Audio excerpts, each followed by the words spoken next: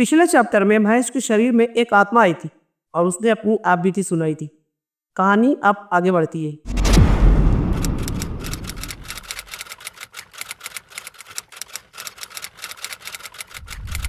पंडित रामचंद्र ने पूजा बंद की और महेश को वापस अपने घर ले आए। महेश बेहोशी की हालत में था। माँ उसके सिराने बैठे रो रही थी और उसका हाथ पकड़ के सहला रही थी। महेश के पिताजी ने पंडित जी से पूछा, पंडित जी आता काय करे छी? पंडित जी ने गहरी सांस ली और कहा, इसका गुस्सा बहुत बड़ा है, उसका दुख समझ ले। जब तक उसे वो इंसान नहीं मिलेगा ये शांत नहीं होगी। रात भर महेश बेहोश पड़ा रहा। उसके मुंह से कभी बच्चे की आवाज आती, माँ मुझे घर जाना है, तो कभी उस औरत की आवाज आती कि उसने मुझे मारा।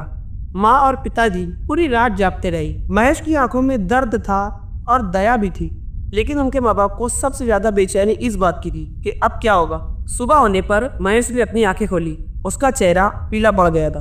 आंखों के नीचे गहरी काली लकीरें थी। उसने धीरे से अपनी माँ की तरफ देखा। माँ ने उसका सिर अपनी गोद में लिया। पता नहीं बेटा तेरे साथ क्या हुआ था, लेकिन भगवान सब दिखते हैं, वो इंसाफ जरूर करेंगे। दोपहर तक पंडित रामचंद्र वापस आए। उन्होंने महेश को देखा और बोला, आज रात तेरे ऊपर एक बड़ा संकट आने वाला है, लेकिन डर मत, मैं तेरे साथ हूँ। महेश चुप था। उसकी आंखें खिड़की के बाहर कुछ देखती रही जहाँ सूरज ढल रहा था। शाम को पंडित जी ने पूरे घर में गंगा जल छिड़का, चारों कोने में दीपक जलाई और महेश को उसके बीच में बिठाया। पंडित जी ने मंत्र जाप शुरू किया। हवा भारी होती जा रही थी। तभी महेश के शरीर ने जोर से झटका दिया। उसके मुंह से उस औरत की आवाज निकली, लेकिन माँ और पिताजी का दिल डर से कांप गया। मगर पंडित जी ने मंत्र को और तेज किया। महेश के गले से एक भारी सी आवाज निकली, वो वही जिसने मुझे मारा, वो आ रहा है। महेश का दरवाजा धीरे से खुला। दरवाजे पर एक 50 साल बुजुर्ग खड़ा था। व्हाइट शर्ट, बिल्कुल मैले से कपड़े और उसकी आंखों में जैसे कुछ डर था। उसने घर के अंदर देखा और महेश को देखते ही वो कांपने लगा। यहाँ क्या हो रहा है? मुझे क्यों यहाँ बुलाया गया?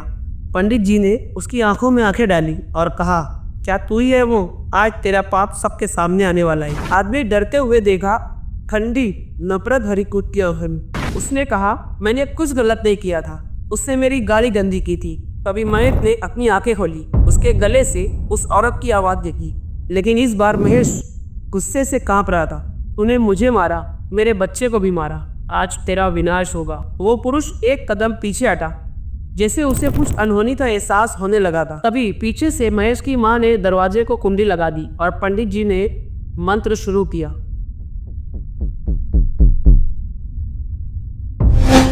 महेश का शरीर कांप रहा था। उसके मुंह से आवाज निकली, मैं यहाँ अटकी हूँ, लेकिन आज मुझे मुक्ति मिलेगी। पंडित जी ने उस आदमी की तरफ देखा और गरजती हुई आवाज में उससे कहा, स्वीकार कर, तूने जो भी इसके साथ अपराध किया था। आदमी का चेहरा डर से पीला पड़ गया था। उसने कांपते हुए कहा, हाँ, मैंने मारा उन दोनों को, मेरी गाड़ी गंदी की थी उन्होंने, वो गरीब थे, मुझे लगा कौन पूछेगा। उसके लफ्ज सुनकर महेश की माँ, पिताजी और पंडित जी की आंखें भर आई। इतना पत्थर दिल इंसान, इतना घमंड में कोई चूर हो सकता है? पंडित जी ने कहा। तभी महेश ने जोर से झटका दिया अपने शरीर को और उसके मुंह से आवाज निकली, आज तेरा सब खत्म हो जाएगा, तेरा घमंड, तेरा पाप। उस आदमी ने डरते हुए पंडित की तरफ देखा। पंडित जी की तरफ देखते हुए कहा, मुझे बचा लो पंडित जी, मुझे माफ कर दो, मैं आइंदा ऐसी गलती नहीं करूँगा। लेकिन पंडित रामचंद्र चुप थे। तभी महेश की आंखों से खून के आंसू बहने लगे। उसने जोर से झटका दिया। अचानक उस आदमी का गला दब गया। उसके गले पे महेश का हाथ था, लेकिन उस हाथों में महेश नहीं, वो औरत थी। उसने चीखते हुए कहा, मैं आज तेरा खून पी जाऊंगी, तेरी सांसें रोक दूंगी। आदमी ने अपनी जान बचाने के लिए जोर जोर से हाथ पैर मारे, लेकिन धीरे धीरे उसकी सांसें टूट गई। उसके होठों से बस एक ही लफ्ज था, माफ कर दो। जब वो आदमी नीचे गिर गया, महेश का शरीर एकदम शांत हो गया था। उसके होठों पे पहली बात एक हल्की सी मुस्कुराहट आई। उसके मुंह से उस बच्चे की आवाज आई, माँ मुझे अपने साथ लेके ले। दूसरे दिन गांव में एक खबर तेजी से फैली, पाटिल वो आदमी जिसने ये अपराध किया था, वो अचानक उसकी रहस्यमय तरीके से मौत हो गई है, और वो भी उसी की जमीन पे कुआं बना हुआ था, उसमें उस पाटिल की बॉडी मिली।